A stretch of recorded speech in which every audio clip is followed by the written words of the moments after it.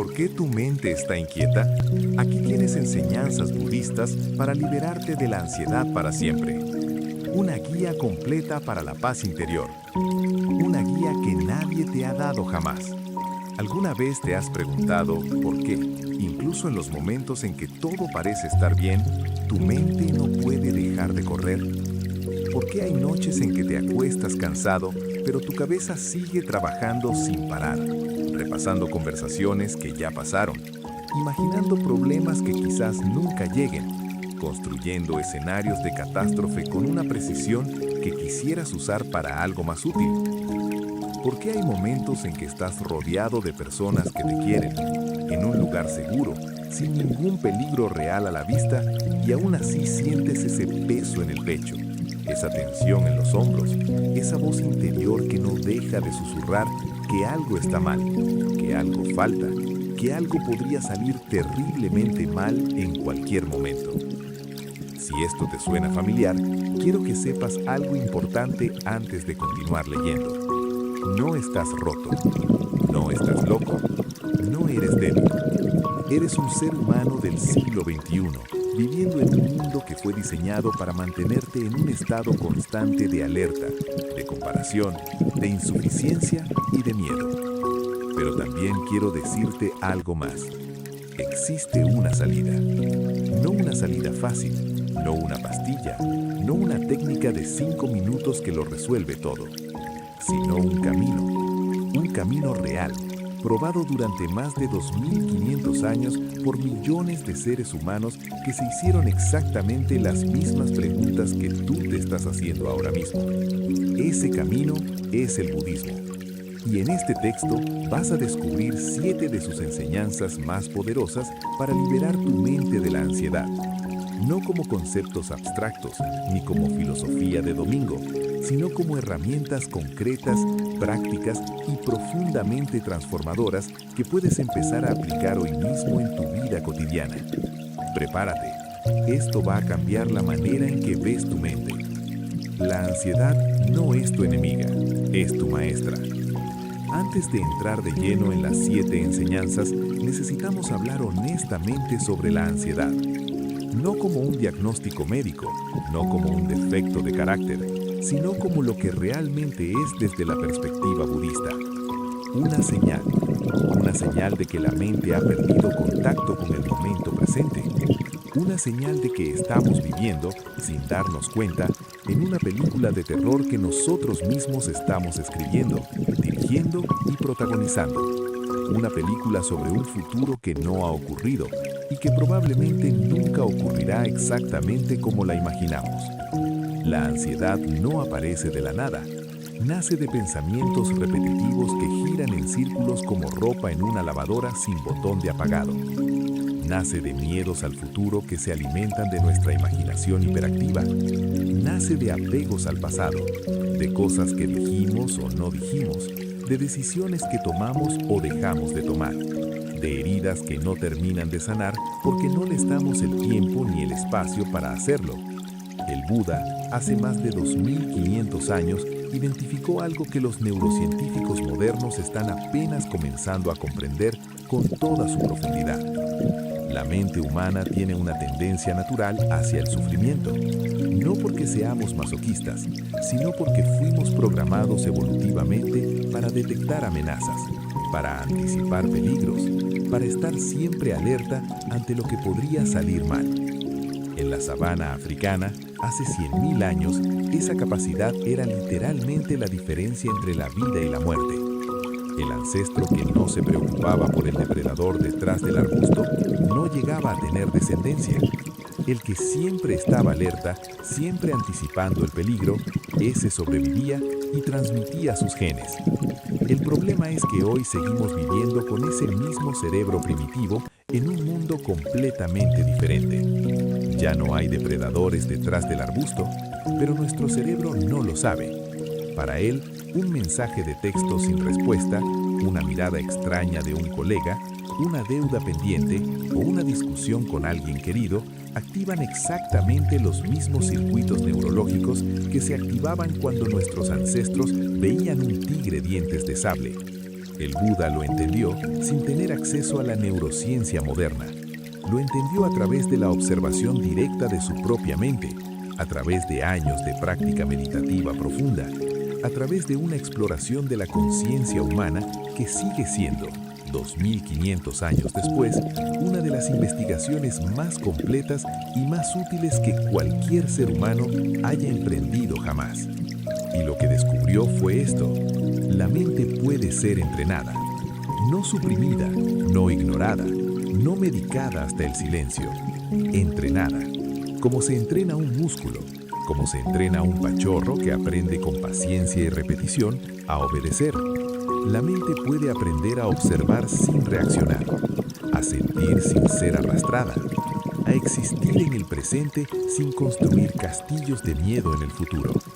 Cuando aprendemos a observar sin reaccionar, cuando creamos ese pequeño pero infinitamente valioso espacio entre el estímulo y la respuesta, comenzamos a recuperar algo que muchos de nosotros hemos perdido sin siquiera darnos cuenta que lo teníamos: el control interior.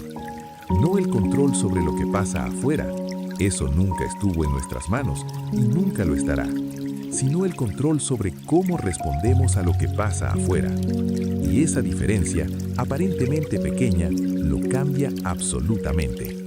Enseñanza 1. Vivir en el momento, el único lugar donde la ansiedad no puede existir. ¿Dónde vive realmente la ansiedad? Hagamos un experimento mental. Piensa en la última vez que sentiste ansiedad, no la ansiedad de estar en peligro físico e inmediato, sino esa ansiedad crónica, ese zumbido constante de preocupación que muchos de nosotros cargamos como si fuera parte del mobiliario de nuestra mente mental. ¿Dónde estaba tu mente en ese momento? ¿Estaba aquí, en este instante preciso, sintiendo el peso de tu cuerpo en la silla, el aire entrando y saliendo de tus pulmones, los sonidos que te rodean ahora mismo? ¿O estaba en otro lugar, en una conversación que ocurrió la semana pasada y que no salió como esperabas, en una reunión que tienes mañana que podría salir mal, en una cuenta bancaria que muestra números que te generan insomnio, en una relación que no va como quisieras? La respuesta, casi con toda certeza, es que tu mente estaba en otro lugar, en el pasado o en el futuro. Porque aquí está el secreto que el budismo lleva más de 2500 años susurrando a quien tenga oídos para escuchar. La ansiedad no puede existir en el momento presente. Es físicamente imposible. Piénsalo. Puedes estar ansioso por algo que está ocurriendo exactamente ahora mismo. Si tu casa está en llamas ahora mismo, no sientes ansiedad, sientes miedo, que es una respuesta completamente diferente y completamente adaptativa. El miedo existe en el presente. La ansiedad, en cambio, existe únicamente en el tiempo que ya pasó o en el tiempo que aún no ha llegado. El mono borracho. ¿Por qué tu mente no puede quedarse quieta? El Buda tenía una imagen para describir la mente no entrenada que me parece perfecta y que sigue siendo completamente válida en el mundo de hoy. La llamaba la mente mono. Imagina un mono que ha tomado demasiado alcohol. Está saltando de rama en rama sin parar, sin propósito, sin dirección.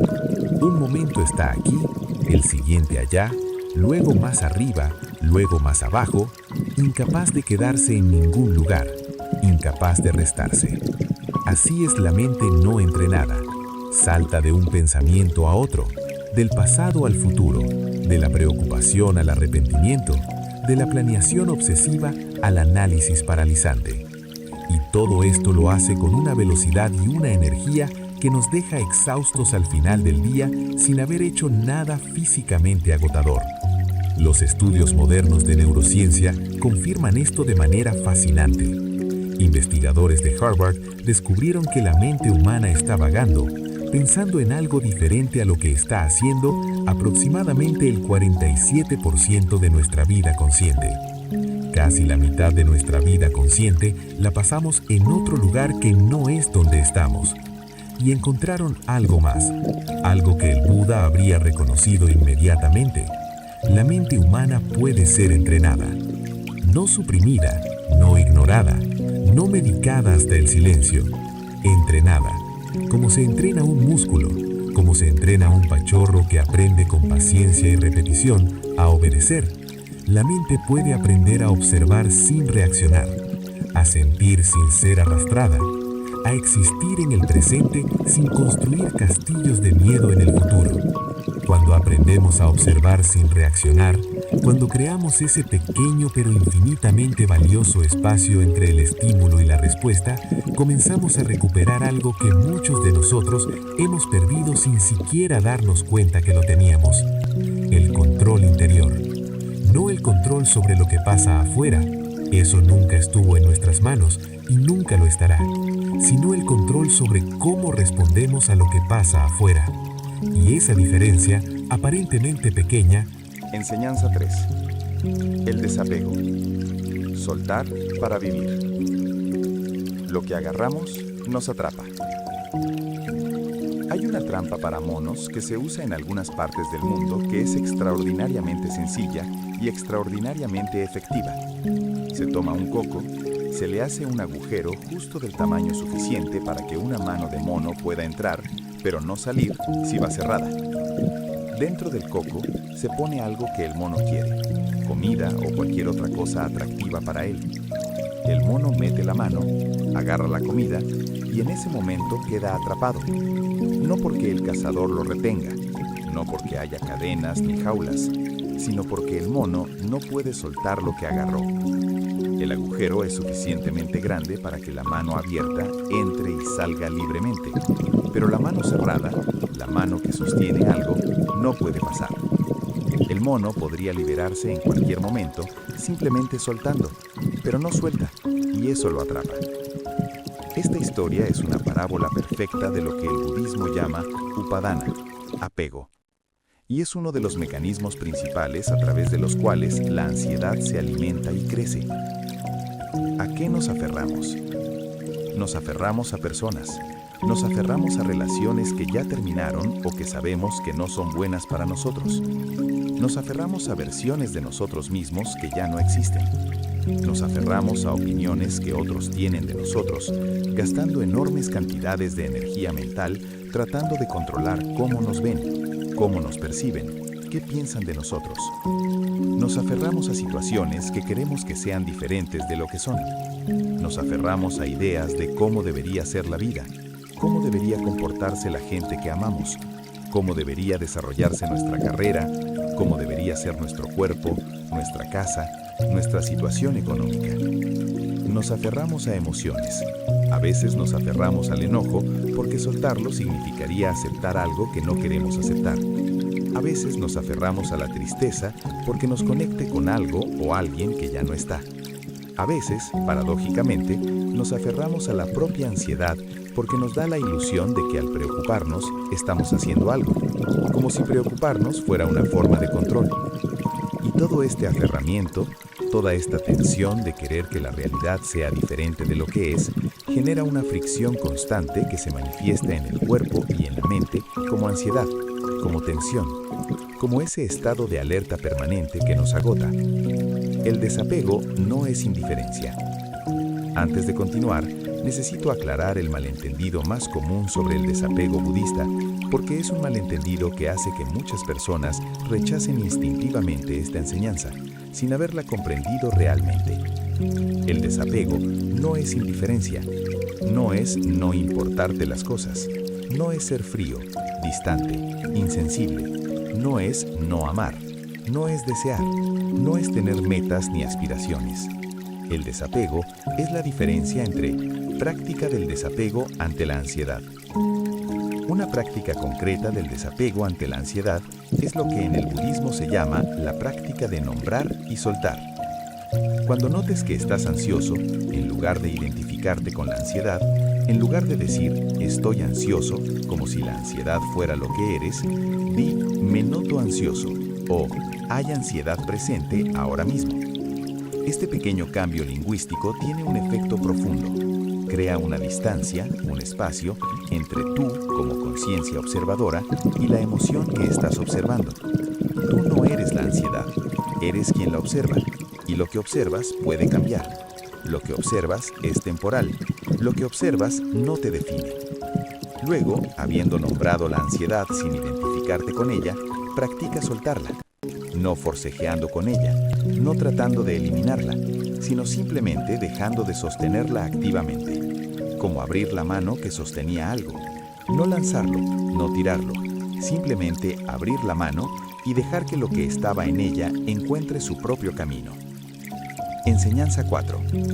La compasión. Sanar la ansiedad desde el corazón.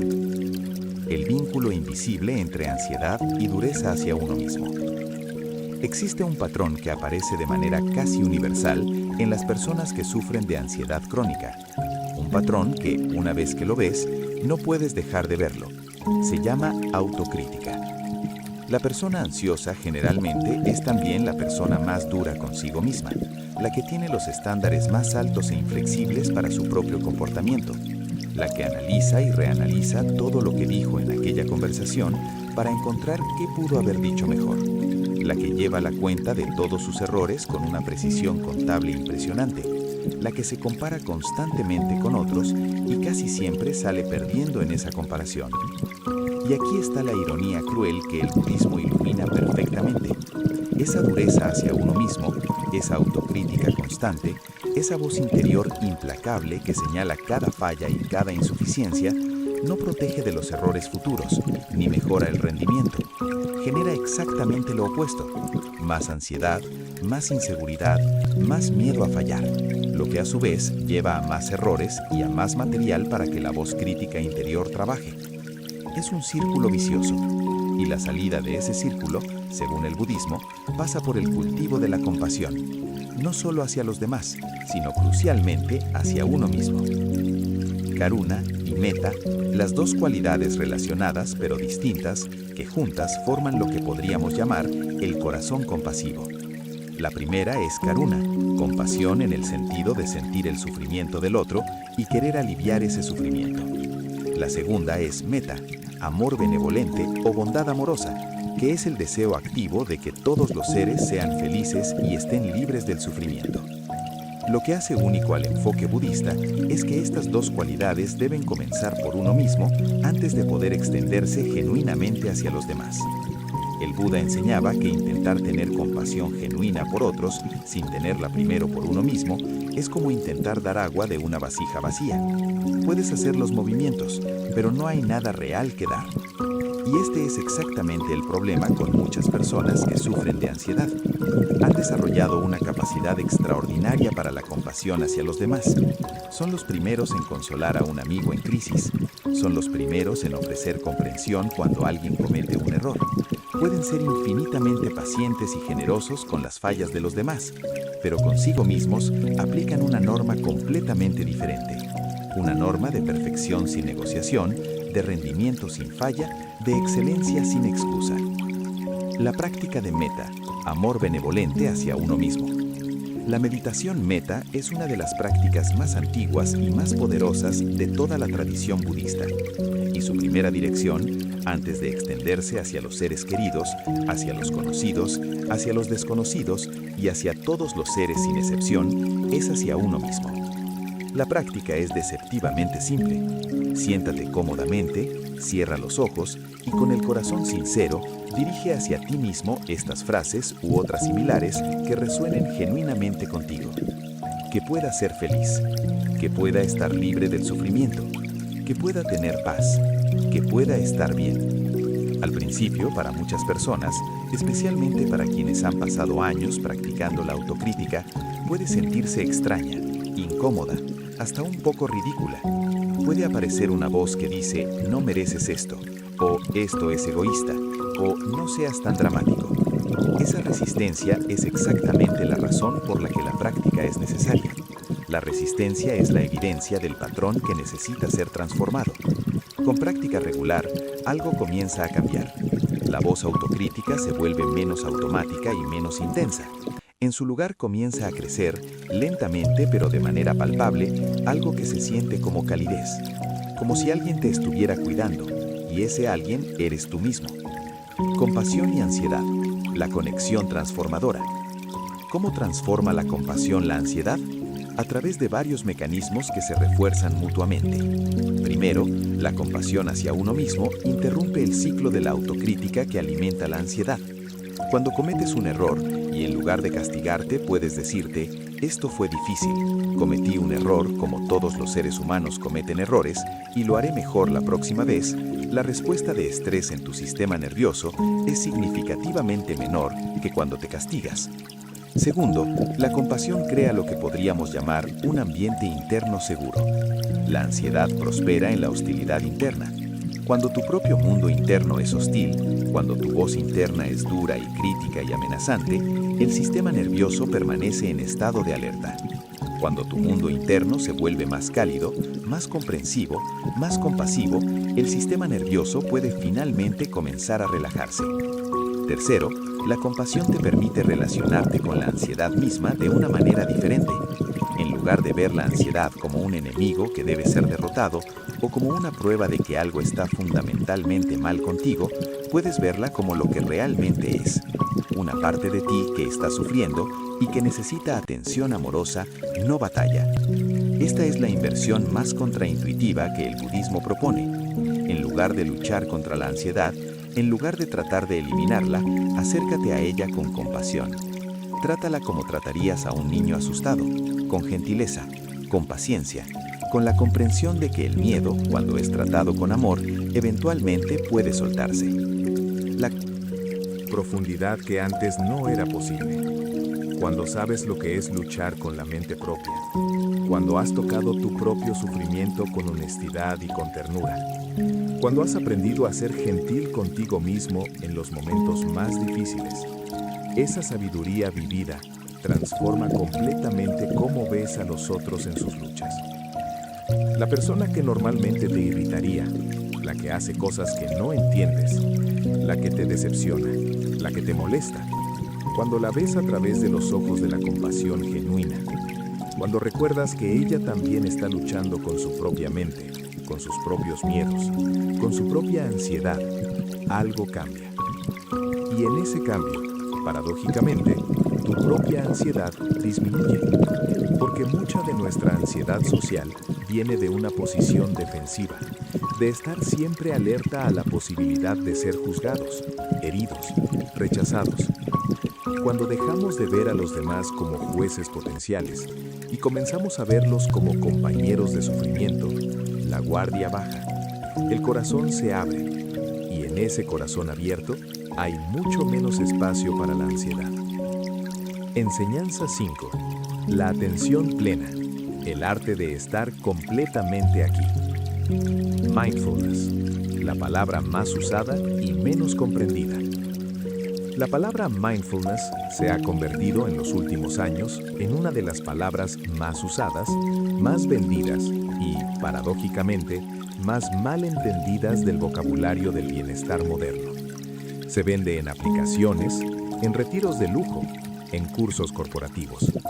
Y muchas de estas versiones contemporáneas, aunque tienen valor, han perdido algo fundamental de la práctica original. La atención plena budista, sati en lengua pali, no es simplemente una técnica de relajación. No es solo una herramienta para mejorar el rendimiento laboral. No es una moda de bienestar. Es una práctica espiritual profunda que, correctamente comprendida, tiene el potencial de transformar fundamentalmente la relación con la propia mente y con la experiencia de estar vivo. En su forma más completa, Sati incluye 3 dimensiones que funcionan juntas: la atención al cuerpo, la atención a las sensaciones y la atención a los estados mentales y los objetos de la mente. El Buda enseñó estas 4 fundaciones de la atención plena, los Satipatthana, como el camino directo a la liberación del sufrimiento. La atención plena y el cuerpo. La primera fundación de la atención plena es el cuerpo, y esto es especialmente relevante para la ansiedad, porque la ansiedad no es solo un fenómeno mental, es también, y quizás primariamente, un fenómeno corporal. Cuando estás ansioso, tu cuerpo lo sabe antes que tu mente consciente. El corazón se acelera, los músculos se tensan, la respiración se vuelve más superficial y más rápida, El estómago se aprieta, los hombros suben hacia las orejas, las mandíbulas se cierran. La práctica de la atención plena al cuerpo es la práctica de notar estas señales corporales sin juzgarlas, sin intentar suprimirlas inmediatamente, sino simplemente reconociéndolas. Porque cuando puedes decirte, noto que mi corazón está acelerado, o hay tensión en mis hombros ahora mismo, ya has creado una pequeña pero crucial distancia entre tú como observador y las sensaciones físicas de la ansiedad. Esta distancia no elimina la ansiedad de inmediato, pero evita que la ansiedad se amplifique, porque mucho del sufrimiento que experimentamos alrededor de la ansiedad no viene de la ansiedad misma, sino de nuestra reacción a la ansiedad. Nos ponemos ansiosos por estar ansiosos. Nos preocupamos por las sensaciones físicas de la preocupación. Esto se llama en psicología moderna ansiedad secundaria y puede ser más debilitante que la ansiedad original. La atención plena al cuerpo interrumpe este ciclo de amplificación. Al observar las sensaciones físicas de la ansiedad sin reaccionar a ellas, sin añadir la historia de esto es terrible o algo está mal conmigo, permitimos que esas sensaciones sigan su curso natural, que fluyan y eventualmente se disipen. El escáner corporal, una práctica concreta. Una de las prácticas más accesibles y más poderosas de la atención plena al cuerpo es el escáner corporal. Es una práctica que puedes hacer en 10 minutos o en 40 minutos, en casa o en el trabajo, al despertar o antes de dormir. La práctica es simple. Llevar la atención sistemáticamente a cada parte del cuerpo, de los pies a la cabeza o de la cabeza a los pies, notando, sin juzgar, las sensaciones que están presentes en cada zona, calor o frío, tensión o relajación, pesadez o ligereza, dolor o comodidad, sin intentar cambiar nada, sin intentar que sea diferente de lo que es, solo observando. Lo que muchas personas descubren cuando practican esto es que hay una tensión que llevan cargando en el cuerpo de la que no eran conscientes. Tensión en la mandíbula, en los hombros, en el abdomen, en las caderas. Tensión que una vez que es reconocida y observada con atención plena, a menudo comienza a soltarse por sí sola. Esta es la magia de la atención plena. La presencia genuina y no reactiva tiene un efecto regulador directo sobre el sistema nervioso, no como técnica de distracción, sino como acto de reconocimiento. El cuerpo, como la mente, necesita ser visto, necesita ser reconocido, y cuando lo es, cuando le damos la atención que pide, en lugar de ignorarlo o combatirlo, frecuentemente responde con un alivio que ninguna técnica de supresión puede generar. La atención plena en la vida cotidiana. La práctica formal de meditación, sentarse con los ojos cerrados durante un periodo de tiempo determinado, es invaluable. Pero el Buda enseñaba que la práctica de la atención plena no puede quedar confinada al cojín de meditación. Debe permearlo todo. Cada momento de la vida cotidiana es una oportunidad para la práctica. ¿Cómo se practica la atención plena al caminar?